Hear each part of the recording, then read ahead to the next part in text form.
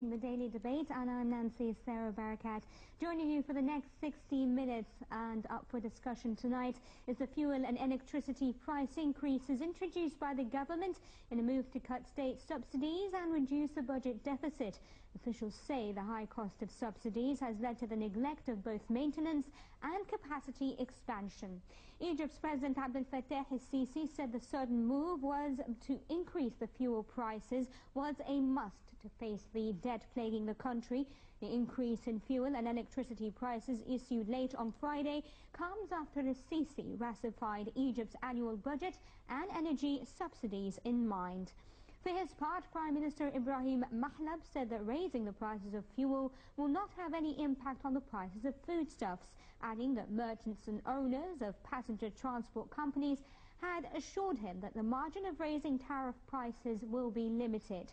He noted that reorienting subsidies together with redrawing a new map for the Egyptian economy will increase the number of citizens benefiting social solidarity to 3 million.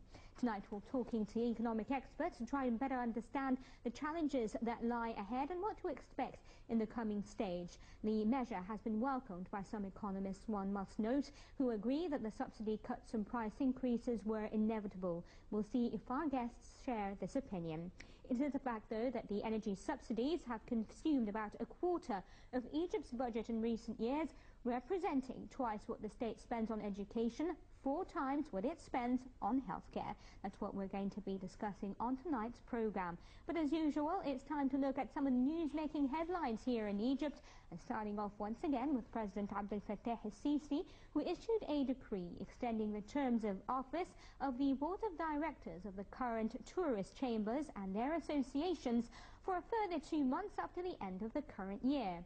Elections of the Tourist Chambers Board of Directors will be held in January and February of 2015. President el-Sisi has also amended some articles pertaining to Traffic Law number 66 for the year 1973. Presidential spokesman Ihab Badawi said Saturday that the amendments came in response to the increase in road accidents and fatalities as well as injuries on the road. The president also issued a decision to amend some articles of the Real Estate Law number 148 for the year 2001. According to presidential spokesman Ambassador Ihab Badawi, the decision comes within the context of the state's commitment to provide low-cost housing units for the low-income brackets, as well as devising a legal system for real estate finance.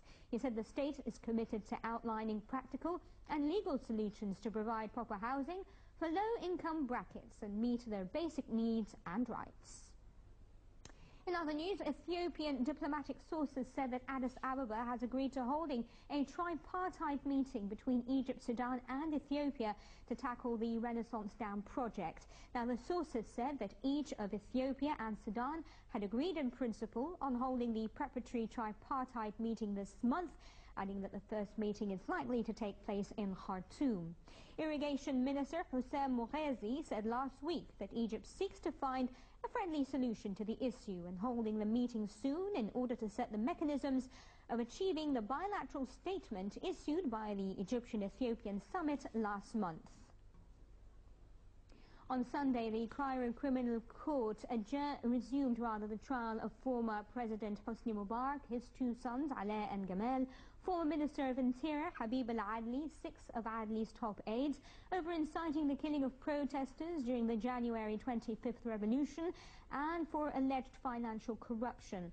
Mubarak was absent during the session for health reasons. At the beginning of the day's session, the defense called on the court to include investigations from the Marriott cell case to Mubarak's case. Mubarak was found guilty in June of 2012 and sentenced to life imprisonment, but his conviction was overturned in January 2013 due to procedural failings, and retrial began in April of 2013. Last August, the ex-president, who had been detained for nearly 2 years, since shortly after his disposal, was granted release and placed under house arrest at Cairo's Maadi hospital and given a 3-year jail term, but has not been transferred to prison. And finally, the Egyptian stock exchange indices rose collectively during Sunday's mid-session after reducing morning loss triggered by the cabinet's oil price hikes amid reform measures to restructure subsidies, which eat up 20% of the state's budget.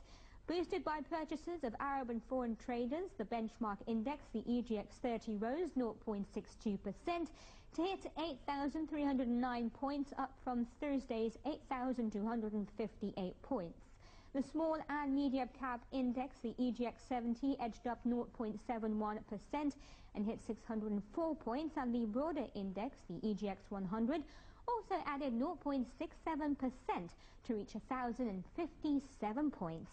Market capitalization gained around 1 billion Egyptian pounds, registering 482.9 billion Egyptian pounds, higher than the 481.9 billion Egyptian pounds recorded on Thursday. On Thursday also, the EGX indices rebounded and market capitalization gained around 4.3 billion Egyptian pounds, despite a series of blasts that hit several areas of Cairo. And that's all the top stories I have for you. Let's take a look now at the first report for this evening and a detailed look at the price increases we're facing here in Egypt, and then I'll be back with my guests. Do stay with us. The Egyptian General Petroleum Corporation announced it was raising petrol prices, with the price of lowest value octane 80 fuel rising 78% and the cost of diesel rising 64%. The price hikes, which took effect as of midnight Friday, follow a cabinet approval earlier this week. Prime Minister Ibrahim Mahlab said Saturday that the new increase Friday in fuel and electricity prices aims to achieve social justice.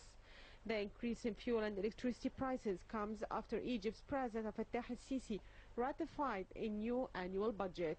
The new budget managed to trim the country's deficit by 48 billion pounds, now registering 240 billion pounds, or 10% of gross domestic product, featuring 44 billion pounds cut in energy subsidies. Mahlab said at a press conference that for over 40 years no one has touched the energy subsidies portfolio, which lead to the increase in the budget deficit and poverty. Mahlab added that the increase in energy prices would guarantee an extra 22 billion pounds to the education and health sectors. The Premier said the President is seeking agreement with the people is fighting Egypt's current crisis, starting with economic, social and political reforms.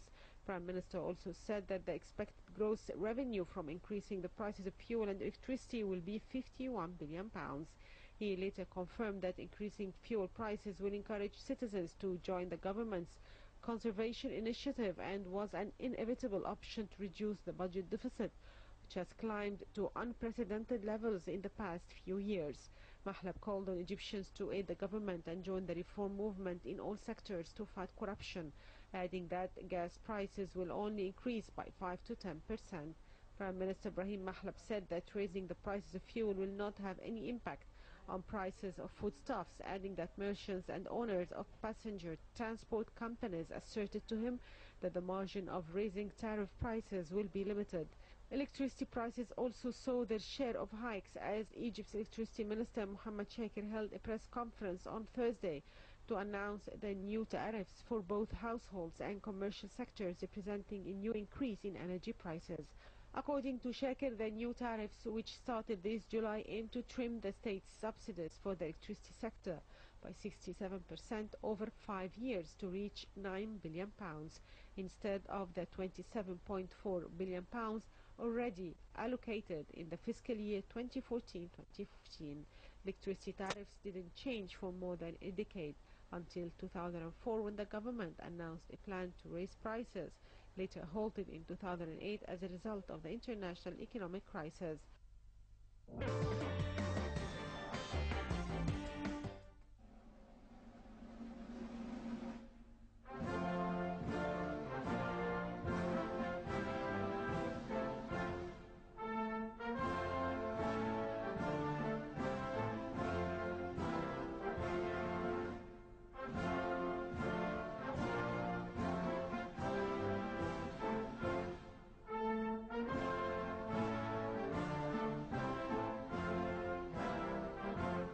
أجيال قوية، أحقق أمانيكي. بإيدي هبنيكي، أجتهد لأعطيكي، أخضر أراضيك.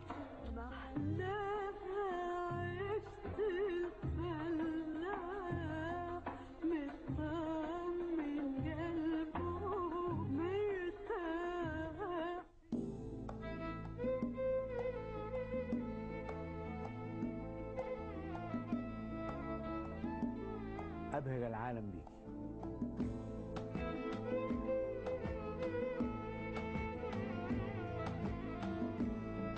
جميلة بكل ما فيكي.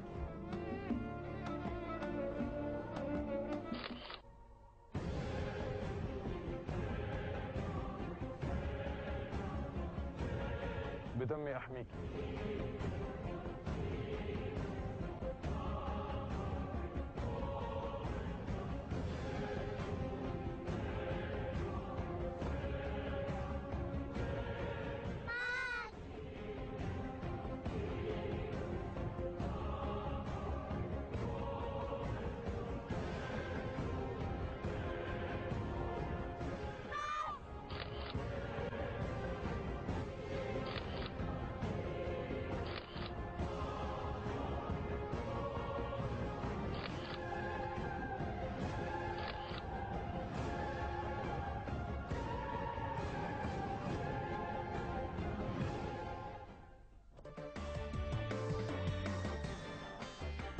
Welcome back, ladies and gentlemen, and I have the pleasure of being joined here in the studio by Mr. Salah Hafiz, former Vice Chairman of the General Petroleum Corporation.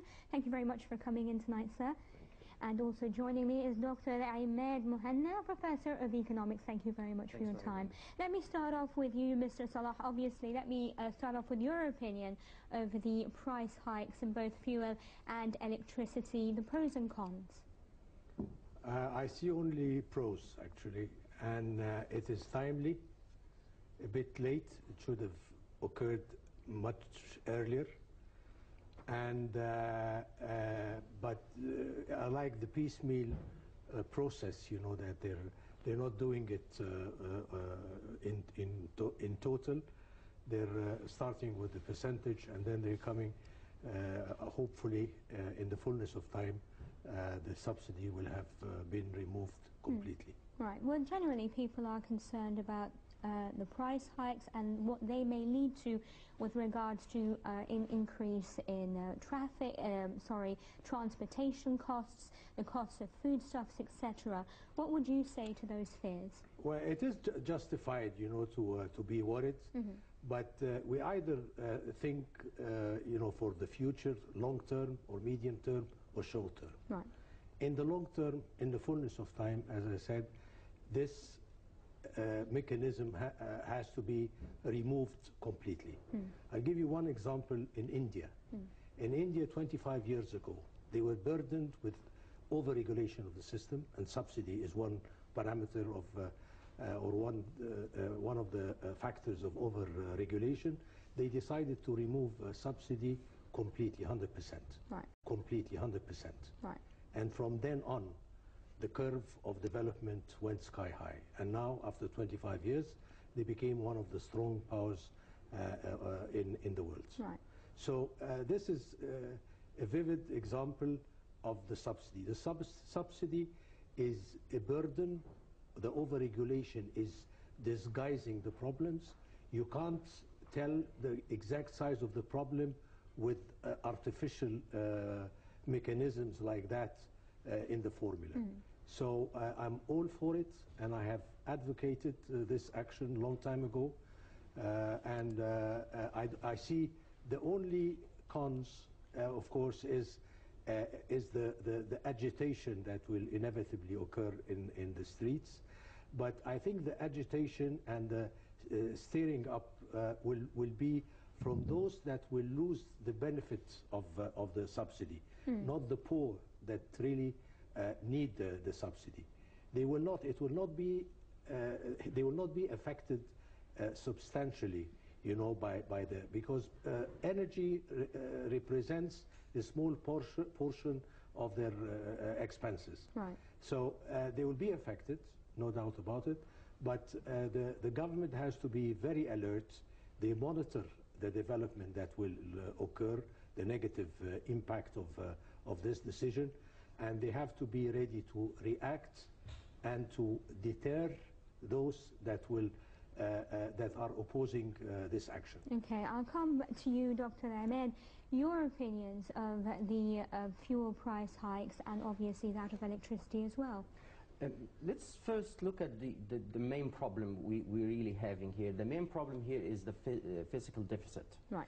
We're talking about 25% going to the salary sector, 25% going to servicing the debt, 25% going to the subsidy. Talking around 135 million. There's two options here to close that gap in the deficit. Number one is trying to grow the economy, and number two is to really remove the subsidy altogether. Right. Now, when it comes to the subsidy, people that earn between 50 and 100,000 pounds a month probably won't notice the severity of removing the subsidy. We've got a transportation in the last 2 days increased by 50%. Right. Although the Prime Minister stood on TV, on a live TV, saying that the poor will not be affected. How is the poor going to be able to sustain the situation that we're having here? There's a lot of smuggling of the petroleum products from the petrol stations. The government is unable to actually control the market. There's a lot of black market. The 92, the sector of the benzene 92 is being sold today and yesterday for £3.50, right, instead of instead of 2.60. So when it comes to the quarter of the deficit, there is the first option, which is a long term, is to try to grow the economy by trying to reopen the factories that are closed, trying to attract more investment, and the most important thing is the maximum rate, or the high rate. We're talking about the invoice of the salaries in the coming year stands at 209 billion pounds. Right. Now, we're talking about 30 to 40% of that going to the top positions, people earning close to £1 million, £1.5 million, and £2 million. The government needed to look at those first, enforce the maximum labor rate, and try to protect the poor. We're not saying that removing the subsidy is wrong. What we're saying is it shouldn't be first, because we've got in a classification, a formal classification, 42% of the Egyptians are below the breadline. So I can't really increase that hardship of life by increasing fuel prices and saying it's not going to affect you. It affects everything in life.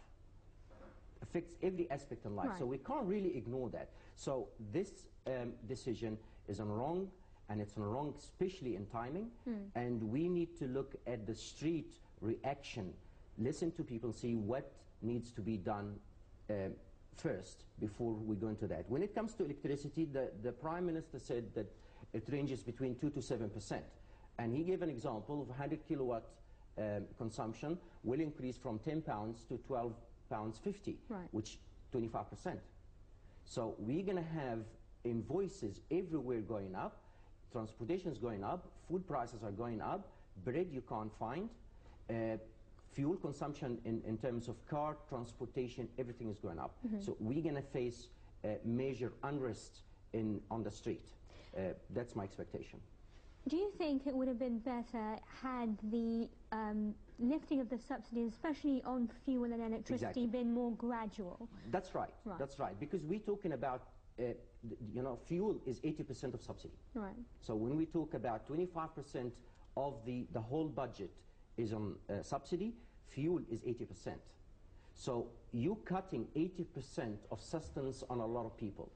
We cannot ignore the culture of people that don't want to work. We know that there's a lot of social problems. We know that there's a lot of people that don't want to work and don't want to contribute to the economy. Yes, we all agree, but we can't take this one shot as it happens. The second decision that was made wrong, and this is on the same level, was the stock exchange 10% taxes. Also, the timing was wrong. On the next day, the stock exchange lost 40 billion pounds. So we need to select the right decision at the right time. And the beauty or the heart of any decision is timing. Well, what about, some people would argue that when is the right time? If you keep on No, take it delaying, as you I said, mean, gradually. as Mr. Salah said, obviously it has been delayed from his point of view. This is a decision that should have been taken a long time ago. But gradually. Right. We're not saying keep it. I agree with Mr. Salah. It has to be removed, but gradually. Right. Because we've got a lot of economic problems. We've got unemployment of 13.6%. We've got low economic growth of 2%. We've got poor tourism, poor investment, and poor security all over the country. Well, President Abdel Fattah al-Sisi, he commented today in a meeting with Egypt's most prominent newspapers, the editors-in-chief of those newspapers, and he said that now that such a move was a must. Do you agree, and do you agree with the fact that the timing may have been wrong, and perhaps maybe we should have done it, or it should have been done in a more, in installments, if you will? Well, it is being done in installments, you know. The removal is not 100%. It's only 40 billion out of the total of 140 billion. But time is of the essence, and the time and motion of if we're talking about growth, you look into growth first and then accommodate the removal. The best growth will occur in the energy sector if you remove subsidy. Now we have resources, good resources, and this is very much in the line of profession. We have still virgin areas for gas-prone areas where gas is expected to be discovered. Companies are shying off now because they know that the economic problem of the country, and they're not getting their share of the oil or gas in cash. So there are $7 billion due for oil companies, so they refrain from coming into the country. Once you remove the subsidy, well, first of all, you'll be more eligible for getting loans from outside. Right. Now, you know, when I was also in charge of the environment, the chairman of the environmental agency, and I was dealing with the foreign organizations, you know, they always say, unless you remove the subsidy or price the water, it's another issue, pricing the water, because pricing the water will, of course, affect agriculture and many other areas. So unless you do this, we're not, because your problems are totally covered and disguised, and we cannot see any future as long as the system is overregulated. Right. So I say time is of the essence, and we have to react immediately and sooner, much better than later. But really, who's going to feel the bite of this? I mean, the average citizen, the incomes are the same and the prices are going up. How can people make ends meet if these increases are happening all of a sudden? Electricity, fuel, food, all that happening all of a sudden for them. How are they expected to make ends meet? Our constitution stipulates that more percentage of the GDP should be allocated for health and for research and research. So we don't have the money for this. The deficit is more than 10% of the GDP. So we have to get loans. Requesting loans will be more difficult because we're subsidizing the energy, and the energy represents about 25% the subsidy of the energy. So it's a vicious circle. So you have to cut this circle, and you have to take this decision. And inevitably, you have to inflict shock, you know, to know exactly what you're dealing with. But because it's in orders, you know, it's not one order or two orders or three orders, the effect. Right. So you have to do this and then monitor very closely the people that are taking advantage of the system and trying to agitate the people and stir up the people, you know, in order not to lose the benefits that they were getting in the past. And these people you have to deter. So the government is ready and planning. They did few things that will help the poor. They did in the food, you know, they introduced and they made available some goods for lower than the price, for the poor only. Right.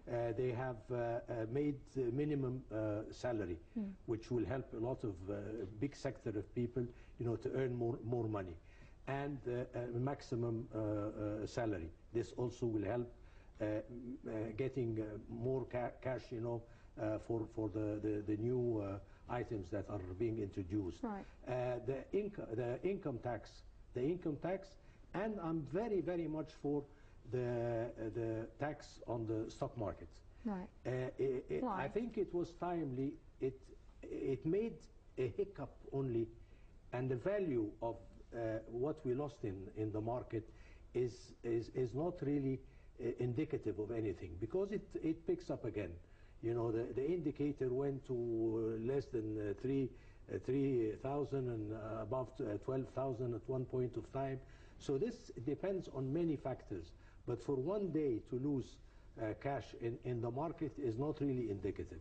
But in the future, this will help the economy a lot. Right. So we have to uncover, you know, the many the issues and the overregulation in the system for it to be unleashed. You know, it is moving very slowly, and time is of the essence unless we move fast for the next generation. My generation and the younger generation will suffer, and unless they suffer, we're doomed. Okay. I think we are doomed. Dr. Ahmed, I'll come back to you. When we talk about, obviously, you said that perhaps subsidies shouldn't have been the first thing to be dealt with. From your point of view, what should have come first in terms of economic reforms? The economic growth, in terms of reopening the factories that are already closed, dealing with a lot of problems. I think we've got probably about 300 factories that totally closed in the last 3 years. They needed to deal with that first, because it will create productivity, and with production we're going to export, and that brings hard currency, and at the same time it reduces the balance of trade deficit, and also dealing with the maximum salaries. That is a major issue that they needed to deal with. In terms of the prices and the salaries, the minimum salary, the £1,200, is actually applicable to the public sector. Right. It's only in government. So it only deals with 6.5 million people, and how many are we employing? There is no employment in the government sector, so it's actually almost not there. In terms of the price increase in terms of goods, and what the Prime Minister talked about on TV, that he had meetings with the traders, and had meeting with the, you know, bus drivers, and confirmed with them that they're not going to increase the prices. We having the prices yesterday and today doubled. So where is that agreement? So I think here there's a lot of decisions, or particularly this needed to be gradual, dealing with other issues, as we said, in terms of investment, dealing with factories that are closed, and do a lot of work on tourism. And the most important thing when it comes to investment, the embassies, the Egyptian embassies overseas, we're talking about 187 embassies. They're not doing anything. They're not doing anything to explain to the world what happened in June 30th. Still a lot of countries believing that it was a military coup, and that's because they're not doing their job. When I go back to the reason for removing part of the subsidy, the two points they were talking about is the energy subsidy and the foreign representation. Right. They were talking about foreign representation in terms of the Ministry of Trade, Ministry of Tourism, and the Ministry of Foreign Affairs. Are you reducing the foreign representation and foreign of the Egyptians overseas? These people are spending billions of dollars on the expense of the poor Egyptian.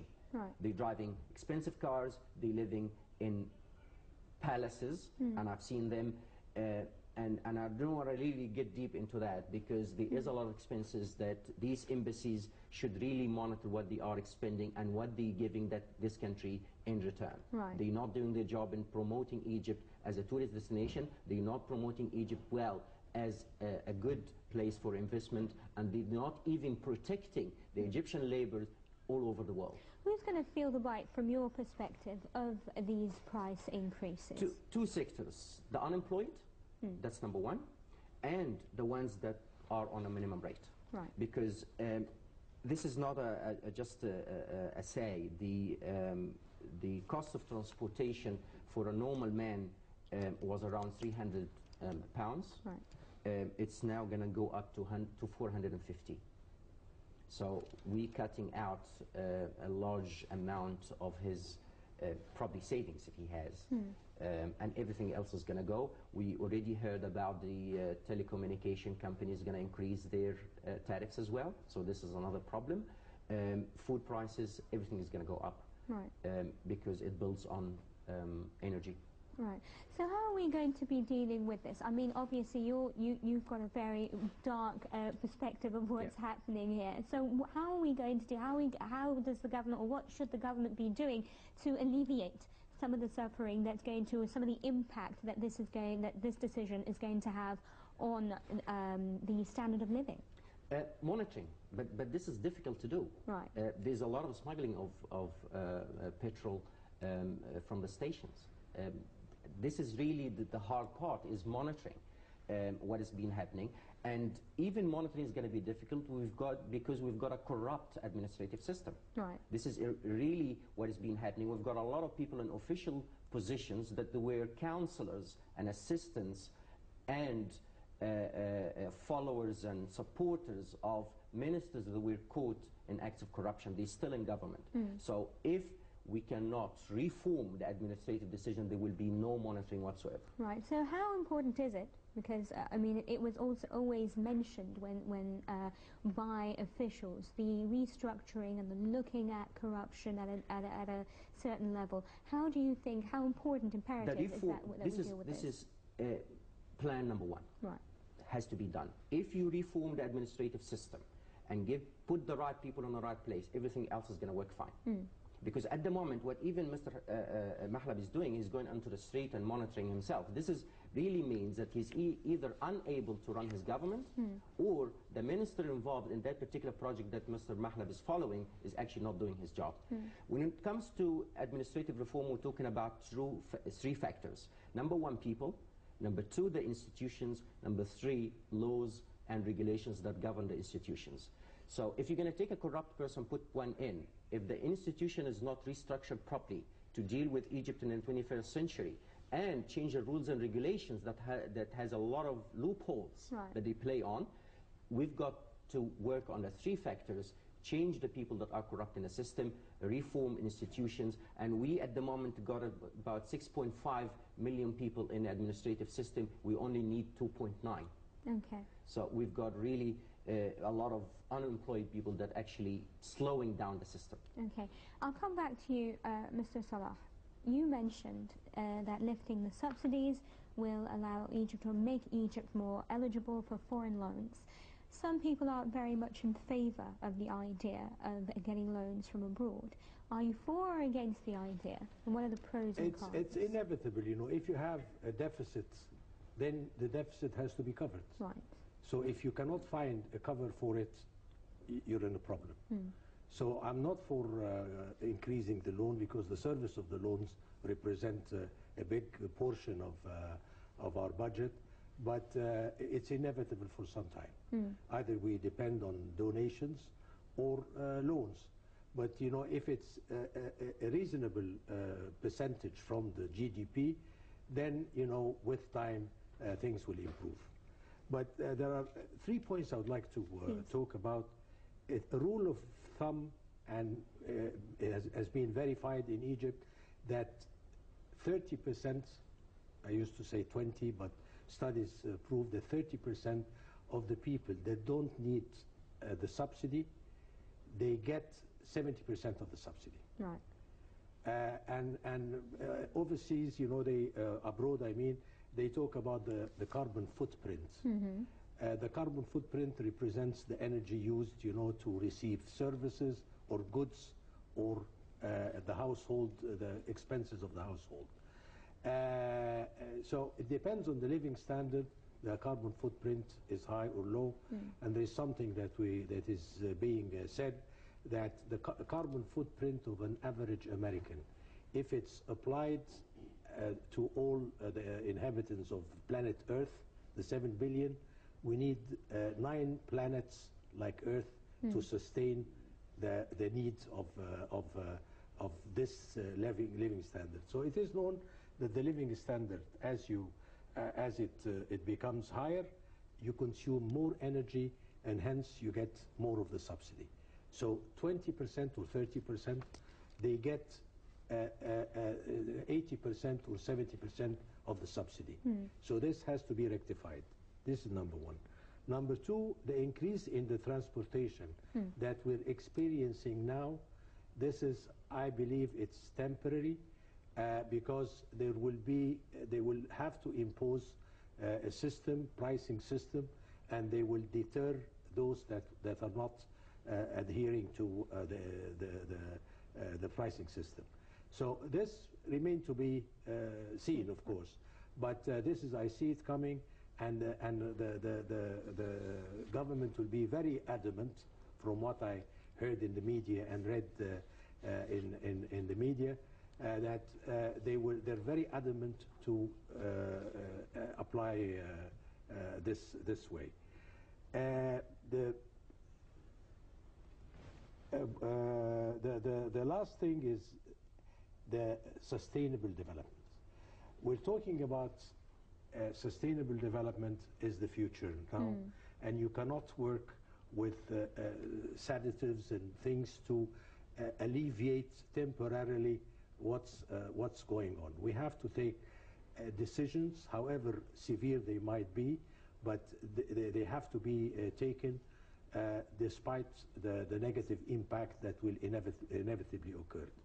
In the European Union, when they were getting together to make a sustainable energy policy, there were 12 countries with all different laws and regulation, and Margaret Thatcher insisted that unless they deregulate the system and then regulate all the systems together to achieve a sustainable energy policy, they're not going to join in. So she insisted, and she was criticized, and finally they went by her proposal, and now the only group of countries that have sustainable energy policy is the European Union. Okay. So this is what we want to do, to deregulate the system, remove the subsidy, and then build on foundation. Okay, gentlemen, if you allow me, let's take the following report and take a look at some of the reactions on the streets of Egypt to this increase in prices, and then we'll be back to continue our discussion.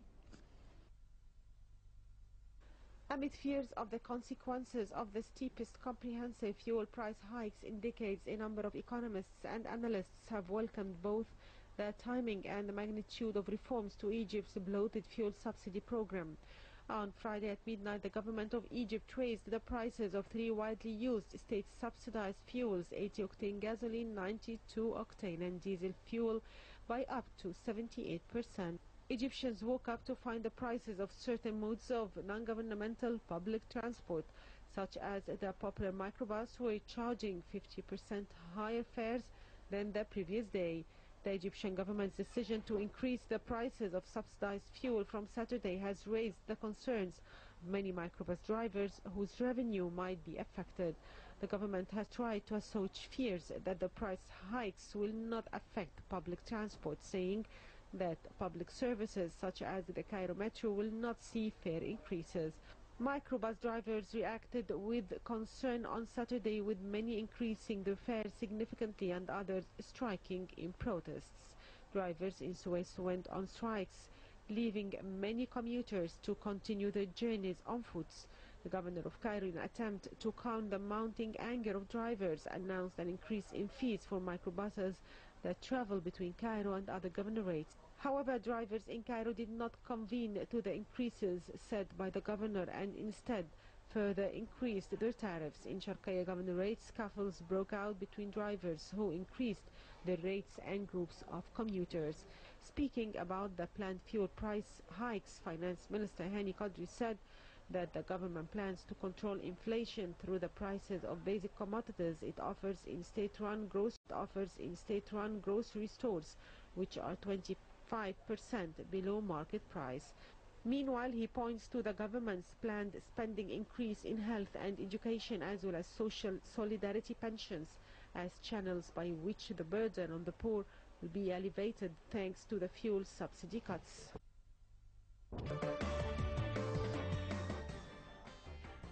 Welcome back, ladies and gentlemen. Dr. Ahmed, I'll come back to you. Obviously, as the report pointed out, we saw the Prime Minister meet with representatives of drivers to introduce new guide lists for passengers. They said that they would abide by low tariffs, and then today people woke up to pay double the fees or the tariffs that they used to pay for the same trip. What's happening there? Well, it means one of two things. Either the drivers are liars, or the Prime Minister doesn't know what he's talking about. Right. Because as a Prime Minister, you should have studied this before it happens. You should have a monitoring system to be able to monitor these drivers, monitor, I don't want to say the whole country, to ensure that the pricing levels that you set as a government is being adhered to. We've got a corrupt administrative system that is responsible for monitoring, and it's not going to happen. Let me just go back to some of the figures. If we're saying that we're going to cut subsidy on energy, if we look at the medical insurance, it's also been reduced from 1.1 billion pounds into 811 million. So you're already reducing something that it should have been increased. On export subsidy, 2.6 billion. It's nothing. This is what we need to increase to support exporters to bring hard currency. When it comes to sustainable development, we're talking about three factors: the environmental, economic, and social. We've got major social problems. We've got poverty. We've got a lack of security. We've got a lot of issues that will force Egyptians to unrest. Right. You're already coming out of two revolutions. In the last 3 years, Egyptians have really suffered quite a lot. Right. The employed and the unemployed. Exempt from that, certain sectors that earn probably millions. But what we're talking about here, when it comes to making public policy decisions, is we need to take into account the social, economic factors or experience that the Egyptians have gone through since January 25. You're already having unemployment rate that's going up. We've got an increase, despite all the expenses of the government, of 209 billion pounds into the salaries sector or portion, 135 subsidy, yet on the contrary you find that the poverty rate is increasing. So with all that money that has been invested into the country, you should expect that the lifestyle improves, but it's actually going down. So this basically confirms that the salary portion of the budget is going to the top officials. Right. The ones that are corrupt, responsible for monitoring, and they probably own a lot of parts in the transportation sector that is increasing the prices. Right. So to summarize this, we've got a problem in the administrative system, which is going to lead to poor monitoring. I'm saying people will get used to the new tariffs. They're going to have to pay it because they want to go to work. Right. They've got no options. If you're going to have a fight with a driver because he increased, who's going to support you? You can't even expect the police to sort out fights everywhere. People this morning were fighting with each other at the petrol station because there's no petrol at the station. So you're already having a shortage. I don't know where the shortage is coming from, but definitely there's a lot of smuggling. Certain people are selling the litre for £3.50 instead of £2.60. So you already opened the door for more corruption, and you are unable to monitor. Right. Well, So what about the smart card system? I mean, that should monitor that the card whole has been smuggling issue. the card has been there, I think, for close to a year. I personally have it, but it doesn't work. There is no machines that you can swipe it and just take your portion. I think that was great, and I think the petroleum sector was very much involved in that. It's great if you've got a quota of, let's say, 300 liters, and you get that, and it deducts. But at the moment, it's not functional. Right. I don't really don't know what the problem is. Right. Are we going to be seeing the price of foodstuffs rising as well and other products? Everything. Right. Everything is going to go up. Could you explain? I mean, off the air, Mr. Salah said it's going to be it's going to go up a bit, but then it's going to the market's going to regulate itself. It regulates itself if there is a fluctuation in the expense and the buying power. It's like a demand and supply. But you're already having a demand for certain products like bread, rice, sugar, oil. These are basic products. So it's not going to level off. It's not going to happen because people need bread. So if you're going to increase, it's going to remain up, rice, oil, and all the basic stuff. So my expectation is going to remain like this. People will continue to pay because they have no choice. And in the end, the government, as usual, will rely on people forgetting what actually happened, and the whole balloon is just finished. Please go ahead. Yeah, I would like to make some remarks. Now we're assuming that unrest will occur. Right. And this is an assumption. I don't believe it will, given the circumstances that Egypt... Not necessarily. I mean, not necessarily, because Dr. Ahmed also said that even if it does happen for a little while, people are going to get used to it and they're going to pay the price.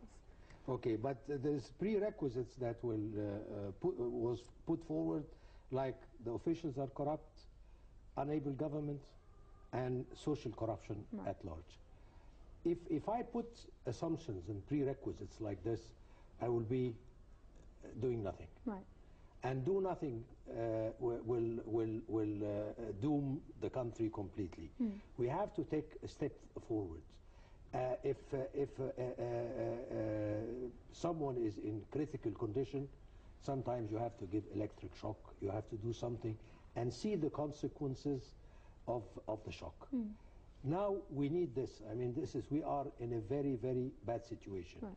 I cannot predict the different orders that will occur, negative impacts or positive impacts. Positive impact, I have to enhance and I have to build on. Negative impact, I have to mitigate and alleviate at the time. Close monitoring and looking into this, like we keep saying that the transportation went up 50%. I say it's temporary, right. But there will be deterrence, because the real poor people that need the money, that will be affected, they will not be affected as much. I think there is an exaggeration in the amount of damage that will be inflicted on them. But if it happens for a period, the government will do something about it. They're not qualified like a developed country, but they're adamant about doing something for the country. Compared, if you look in the area, a country, Libya without army, Syria without shelter, Iraq without state. Now at least, you know, we have something that we build on. But unless we stop and arrest the deterioration that is occurring in the unemployment and this everything, and then start looking forward to development, we are doomed. We have to take steps, and we need strong government to do it. We've been suffering. You know, the issue of subsidy was discussed in the board of directors of EGPC when I was a board member in the 80s. And he said, we cannot withstand the damage that will occur in the economy if we keep, at that time we were net exporter of oil. Now we're net importer of energy. Right. So something will have to be done. And I see the president is very adamant about it, and the government is very adamant about it. And being like this, you know, I'm sure that they will handle the situation and iron out problems that will occur in the So you think people are going to swallow this pill? Yes. And they're going to see it through? Yes. Right. And how do you expect, I mean, do you expect more increases when it comes to prices or when it comes to taxes? Or what should we expect in the foreseeable future with regards to the lives of citizens and the prices that they're going to have to pay for us to overcome this period? They will suffer. Right. Definitely. I mean, they will suffer. But if we give more tranquilizers and like what has been done in the past, you know, we're losing the chance of developing and being unleashed. Well, how important is transparency at this point? And Very being important. Right. Very, very important. It's essential. Okay. And Dr. Ahmed, let me conclude the episode with you. Your final thoughts and the importance, as I just asked Mr. Salah, of transparency in the coming period. Absolutely. We said before, tell me where the problem is and what the problem is and the details of it, and I'll support you. Right. But I think in taking certain decisions, don't expect the poor man on the street, and I can't understand how the poor man is not going to be affected by the price increase. I really can't get that. But obviously the analysis needs to be based on a number of angles, not just from an angle of a sector that is probably rich and doesn't really feel the fuel increase. But all we can say that we need to give the government a chance to show us the good results they are promising, and hopefully things will come through right and become a better country with a better economy. We definitely hope so. Thank you very much, Dr. Ahmed Mehna, Professor of Economics, for your time, and of course Mr. Salah Hafiz, former Vice Chairman of the General Petroleum Corporation. I thank you very much for your time as well. Ladies and gentlemen, that's a wrap to this edition of the Daily Debate, but we'll be joining you again tomorrow with a new topic here on Now TV International, and with my colleague Mona Mfilhi. Do join us then. I'm Nancy Sarah Barakat signing off for this evening. Thank you very much.